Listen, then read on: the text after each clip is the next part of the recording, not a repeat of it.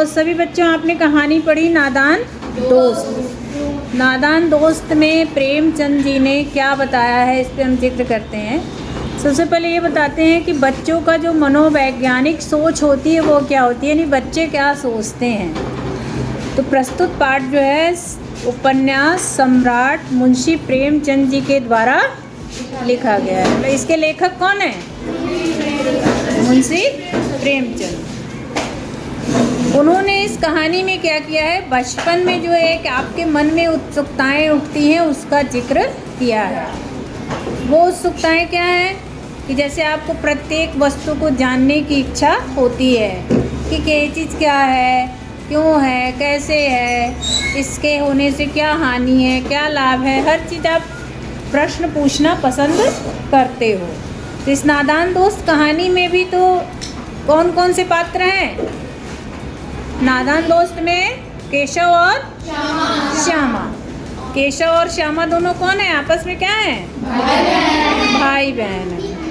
हाँ, और इस तरह से उन्होंने इसमें जिक्र किया है कि दो बच्चे जो कभी कभी ना चाहते हुए भी गलती से भूल कर जाते हैं, और उन्होंने भी इस कहानी में इसी प्रकार का प्रसंग वर्णन किया है। जो बालपन की जिज्ञासाएं होती हैं उसमें त्रुटियां हो जाती हैं। अब इसमें देखो, केशव के घर के जो कार्निश के ऊपर, कार्निश यानी कि जो एक छत का एक वो छाजन होता है, जो हाँ खिड़की के ऊपर जो एक उसका लिंटर लगा देते हैं कि ताकि उस पर से पानी खिड़की से अंदर ना आए। तो ये खिड़की या छज्जे के ऊपर, छज्जा जिसको बोलते हैं, तो छज्जे पे क्या हुआ, चिड़ियों ने अंडे दिए। केशव और उसकी बहन श्यामा क्या करती थी, बड़े ध्यान से उस चिड़ियों की देखभाल करती थी और आते जाते उसको देखते थे। सवेरे दोनों कार्निस के ऊपर चढ़ जाते थे और फिर देखते थे कि चिड़ा और चिड़िया कहाँ हैं। दोनों वहाँ देखते तो वहाँ दोनों बैठे रहते थे चिड़ा और चिड़िया। तो उनको देखने का उन्हें बड़ा मन करता था और उनको बड़ा अच्छा लगता था, आनंद मिलता था। वो उनको देखने में इतने मशगूल हो जाते थे, इतने व्यस्त हो जाते थे कि उनके बाकी कामों से उनका ध्यान हट जाता था। यहाँ तक कि उन्हें खाने पीने की भी सुध नहीं रहती थी। फिर वो क्या करते थे, उसके मन में तरह तरह के सवाल उठते थे कि ये चिड़िया जो अंडे दी है कितने होंगे, कितने बड़े होंगे, इनमें से बच्चे कैसे निकलेंगे, फिर वो क्या खाएंगे, कैसे रहेंगे। इन सब बातों का जवाब देने वाला उनके पास कोई नहीं था, क्योंकि माँ अपने घर के काम धंधों में लगी रहती थी और पिताजी कहाँ लगे रहते थे? पढ़ने लिखने में। इसलिए वे भाई बहन आपस में ही पूछकर प्रश्न का जवाब आपस में ही ढूंढ लेते थे। इससे क्या होता था कि उनके मन की जो जिज्ञासा होती थी वो बहुत सही उत्तर उनको नहीं मिल पाता था। अब बच्चे जितना सोच पाएंगे उतना ही जवाब देंगे ना। अब बड़ों के पास अनुभव है, वो बहुत सारी चीज़ें बता देंगे।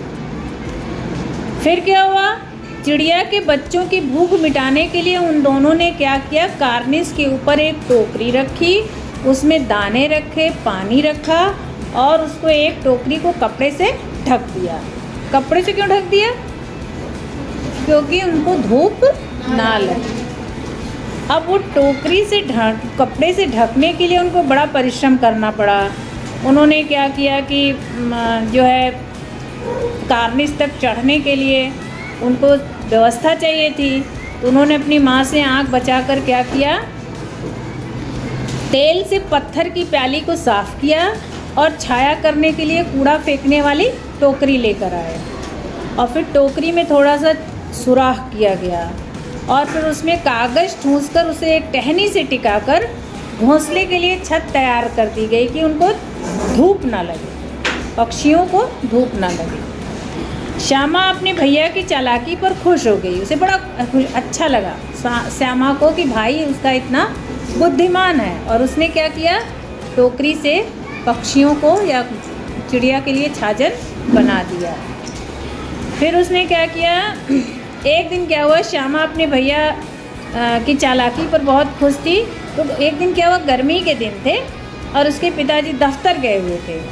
और माँ ने क्या किया, दोनों बच्चों को कमरे में सुलाकर खुद सो रही थी। बच्चे सोए नहीं थे, वे भी मौके की तलाश में थे कि कब मौका मिले और वो चुपके से उठें और दरवाज़ा खोलकर धीरे से बाहर निकल जाएं। बच्चे प्रायः करते हैं, मम्मी पापा सो जाते हैं तो खेलने के लिए बाहर निकल जाते हैं। केशव ने क्या किया, नहाने की चौकी जो थी उसको स्टूल बनाया, उसको रखा, उस पर चढ़ गया और नीचे से श्यामा उसको पकड़े थी कि कहीं भैया गिर ना जाए, क्योंकि भैया जो है चढ़ रहा था स्टूल पे तो उसे डर था कि भैया गिर जाएगा। तो केशव किसी तरह कार्निस तक पहुंच गया। कार्निस पर क्या हुआ, हाथ रखते ही दोनों चिड़िया उड़ गईं। केशव ने बताया कि यहाँ तो केवल अंडे, चिड़िया उड़ गई, 3 अंडे। श्यामा भी अंडों की देखने के लिए इच्छुक थी, लेकिन कैसे चढ़े, स्टूल पे चढ़े फिर कार्निस पे जाए तब देख पाएगी। तो श्यामा की इच्छा मन में ही रह गई। तो केशव ने श्यामा से एक कपड़ा मांगा और अंडों के नीचे बिछाकर गद्दी बनाई और तीनों अंडों को उसी गद्दी के ऊपर रख दिया। उसने क्या सोचा कि अंडों को हम गद्दी के ऊपर रख देंगे तो अंडों को आराम रहेगा। उसने टोकरी को एक टहनी से टिका दिया और श्यामा को कहा कि जाओ प्याली में दाना और पानी ले आओ। उसने क्या किया, दाना और पानी ला करके रख दिया। फिर श्यामा ने केशव से गिड़गिड़ा कर कहा कि भैया हमें भी दिखा दो ना थोड़ा अंडे, मेरी भी इच्छा हो रही है। तो केशव ने कहा कि अगर तू गिर जाएगी तो हाथ पैर टूट जाएंगे और अम्मा तुझे और मारेगी, तो इसलिए जो है रहने। तभी दोनों झगड़ रहे थे, तभी माँ जो है बाहर निकल आई और धूप में बाहर निकलने पर उन्हें डांटने लगी। अब दोनों बच्चों ने अपनी कारस्तानी नहीं बताई कि वो क्या कर रहे हैं, चुपचाप चुप रहे। और फिर उन्होंने डांट डूंट करके मम्मी ने क्या किया, उनको माताजी ने उनको कमरे में बंद कर दिया। अब दोनों बच्चे सो गए। फिर क्या हुआ, 4 बजे जब श्यामा की आँख खुली तो वो दौड़ी दौड़ी कार्निस के पास गई। उसने देखा कि तीनों अंडे ज़मीन पे गिरे पड़े हैं और वे टूट गए हैं। वो सोची बच्चे उड़ गए, इसमें से अंडे में से निकल के बच्चे उड़ गए। केशव भी घबरा गया। पानी की प्याली भी एक तरफ टूटी पड़ी थी। केशव के चेहरे का क्या हुआ, रंग उड़ गया। श्यामा के पूछने पर केशव ने बताया कि अंडे तो फूट गए, अब बच्चे नहीं बनेंगे। तभी माँ हाथ में छड़ी लेकर आई और पूछने लगी, धूप में क्या कर रहे हो तुमने धूप में क्या कर रहे हो? तो श्यामा ने कहा कि अम्मा चिड़िया के अंडे टूट गए हैं। और तो अम्मा गुस्से में आ गई। उन्होंने कहा कि तुम लोगों ने ज़रूर अंडों को छुआ होगा। तो बच्चों ने कहा कि सब एक दूसरे को बताने लगे, इसने छुआ इसने छुआ, मतलब केशव श्यामा को, श्यामा केशव। तो माँ ने बताया कि अगर चिड़िया के अंडों को कोई छू देता है, कोई मनुष्य छू देता है, तो चिड़िया उन अंडों को गिरा देती है, उनको फिर वो सेती नहीं है। चिड़िया क्या करती है, अंडों को सेती हैं, मतलब उसके ऊपर बैठ करके उसको गर्माहट प्रदान करती हैं। फिर वो एक निश्चित समय के बाद जो है अंडों में से बच्चे निकलते हैं। इसीलिए चिड़िया ने अंडे गिरा दिए होंगे। माँ ने पूछा, तुम लोगों में से किसने चिड़िया के अंडे छुए हैं? सब एक दूसरे को दोष देने लगे। केशव के सिर पाप पड़ने की बात अम्मा से रोनी सूरत बता करके केशव ने बताना शुरू किया। उन्होंने कहा कि ये पाप पड़ेगा, चिड़िया के अंडे टूट गए, वो पाप पड़ेगा तुम्हारे ऊपर। तो केशव थोड़ा डर गया। फिर उसने बताया, माँ हमी ने गद्दी बिछा करके इनके अंडों को रख दिया था। माँ को हंसी आ गई।